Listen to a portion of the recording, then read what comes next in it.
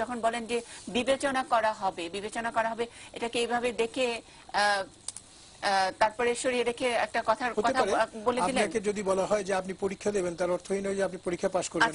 কিন্তু তার অর্থ এই নয় যে আপনি পরীক্ষায় অকৃতকার্য হবেন।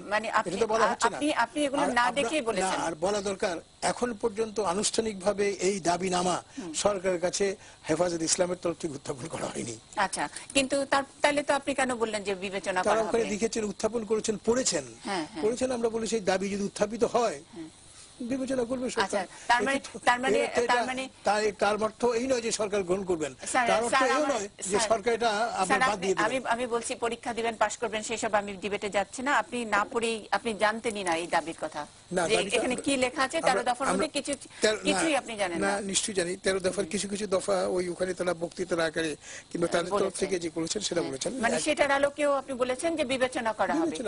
দাবি যখনই উত্থাপিত করা হয় কোনো নাগরিকের তরফ থেকে, আমি বলছি আমার কোনো প্রশ্ন নেই, আপনি আমাকে বুঝিয়ে দেন যে যেসব ওই 13 দফার মধ্যে কিছু কিছু আমি ধরলাম যে সবচেয়ে নির্দোষ তাদের যে দফাটি সেটি ওখানে উত্থাপিত হয়েছে এবং সেটা আপনি শুনতে পেয়েছেন এবং সেটাতে আপনি কনভিন্সড এটা বিবেচনা করা যায়, সেটা সুবিবেচনা বা কুবিবেচনা। বিবেচনার অর্থ এই নয় যে সেটা গ্রহণ করা যায়, বিবেচনার অর্থ এই নয় যে সেটা গ্রহণ করা হবে না।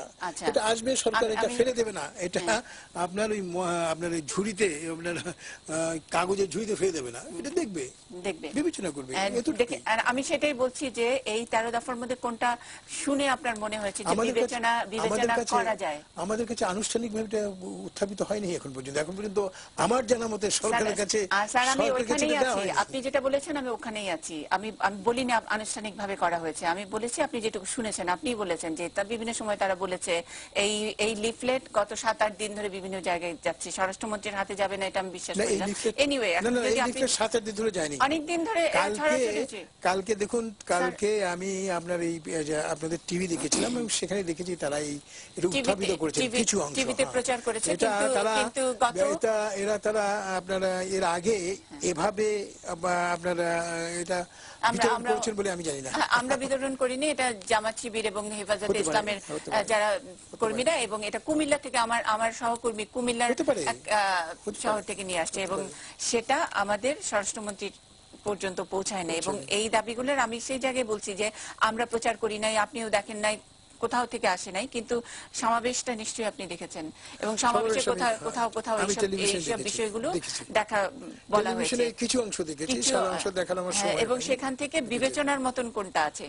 বিবেচনা হলো, লক্ষ্যটা করবেন, বিবেচনার অর্থ এই নয় যে আপনি ইতিবাচক ভাবে বিবেচনা করবেন, বিবেচনার অর্থ এই নয় যে আপনি এটা গ্রহণ করবেন, বিবেচনার অর্থ এই নয় যে আপনি ফেলে দেবেন।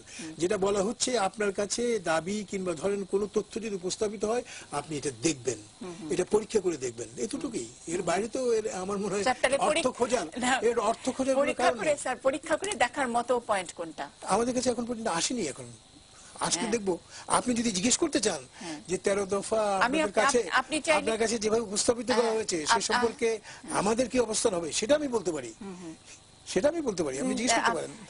না, আপনার কাছে আপনি তো বললেন যে উপস্থাপিত হয়নি, এখন আমি আপনার কাছে আনুষ্ঠানিক উপস্থাপিত হয়নি।